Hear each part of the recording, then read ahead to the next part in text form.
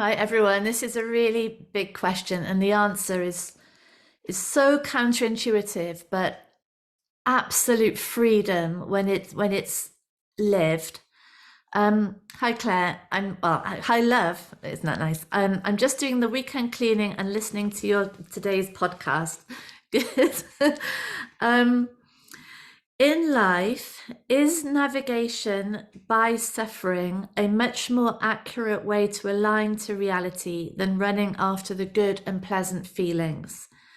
Like in a game of guessing cold, warm that we played as children, when we got closer to guessing what it is, someone said warm and we would follow that direction. Yes, this is such a big question, this, because the conditioning um, and it just seems so logical. Of course, we would spend our lives chasing after happiness, chasing after love, chasing after success, chasing after attention, chasing after the good feelings, chasing after pleasure. And of course, avoiding all the bad experiences, avoiding all negative emotion, avoiding all difficult mental states. That seems such a logical way to navigate. Plus, within that, what we've got is a navigation system that is operating from the basis that everything I think about myself is true, everything I think about the world is true. And so we've got this believed reality of self and world. And within that unquestioned reality, we're navigating by what makes me feel good, I'm going towards, what makes me feel bad, I'm moving away from. Oh, and it seems so logical. And really I get in quite a tussle with a lot of my clients just when we start considering that is the recipe for all our problems. That's a it's a shrinking of life to um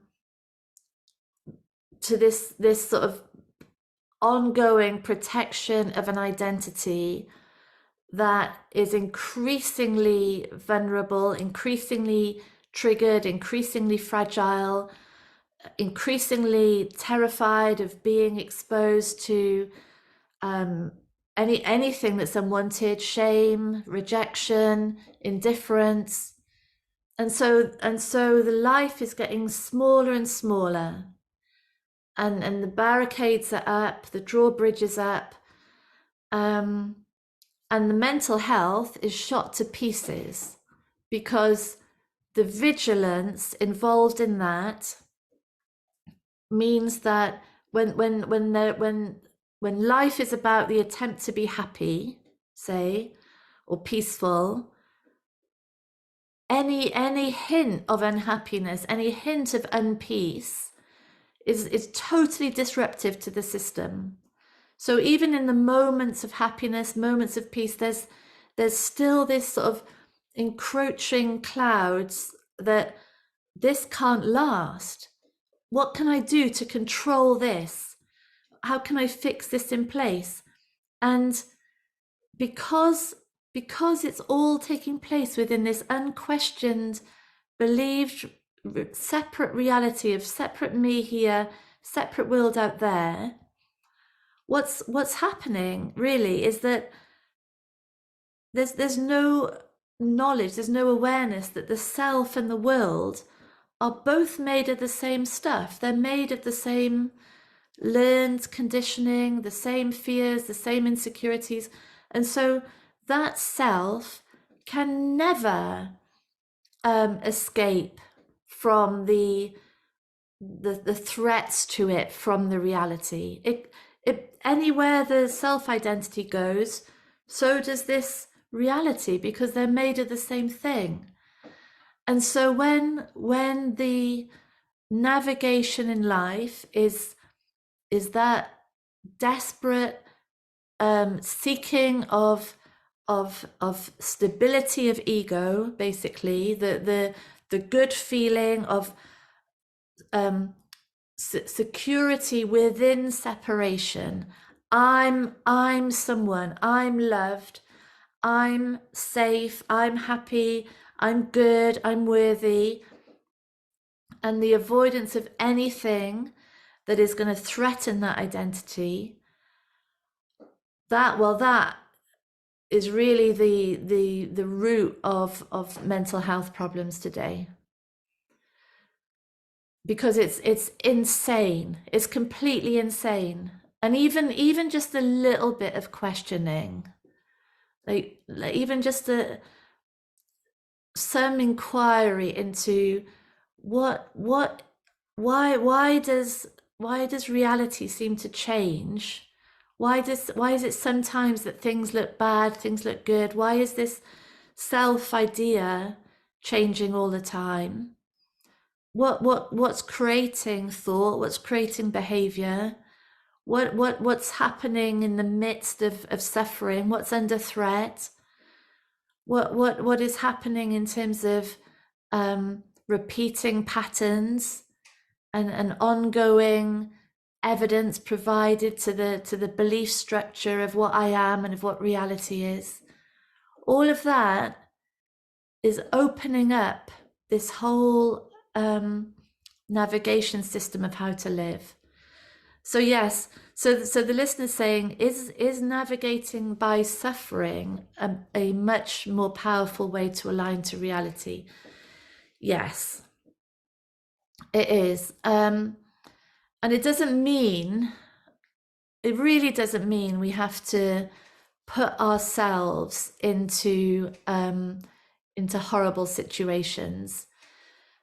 It's not necessary to do that, because what all those beliefs, the conditioning, the fear, the shame, the insecurity, the need, are creating the situation. This is what I mean by the self and the world.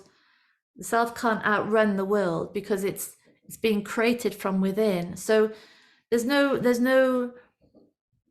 need to try and actively dissolve the ego. It's just going to happen. There'll be rejection happening. There'll be indifference. There'll be things going on that play into our worst insecurities.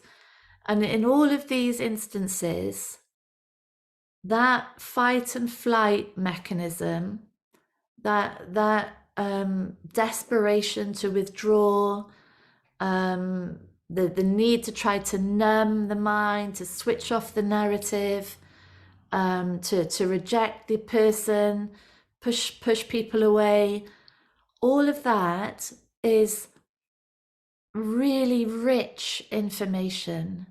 It's such a gift, and it's really an invitation every time to, because really what's happening is the unseen, the inner conditioning that really there was no way of accessing it before, is now being externally manifested, really, in terms of reactions, emotions, behavior. It's all there to be seen. And so navigating by wherever there is that sense of separation, that contraction, defensiveness, staying in that, really staying in it, to see what is actually real in all of it, because the suffering is coming from the projection of it, the projection of everything this means. And to just stay in a situation, feeling what's there to be felt, with a mind that isn't locked in to its belief system, but a mind that is really present, that's in inquiry, that is intrigued, really fascinated by this whole experience, what's real in it.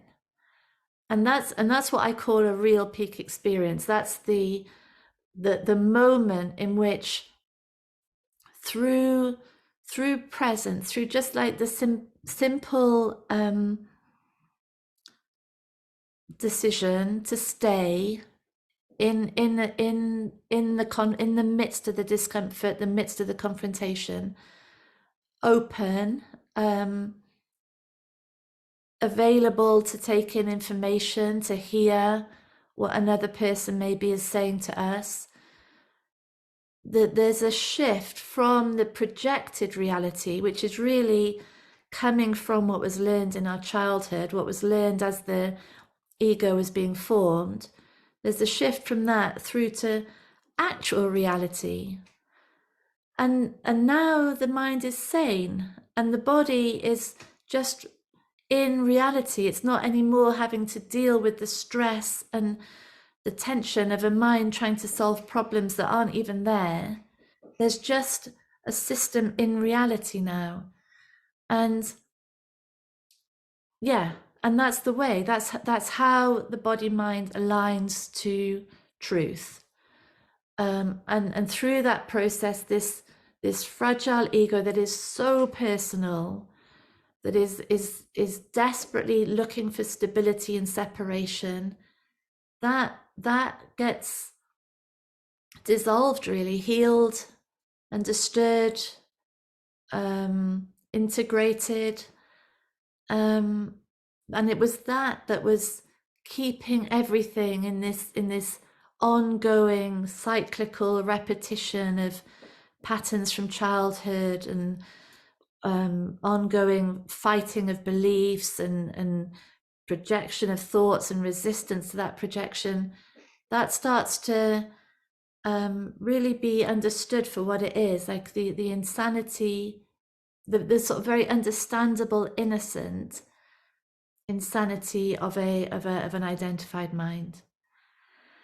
Yeah, so yeah, it is like that game, hot cold, and the more there's a feeling of separation, the more there's resentment, resistance, me versus them, the warmer the whole system is getting to the truth.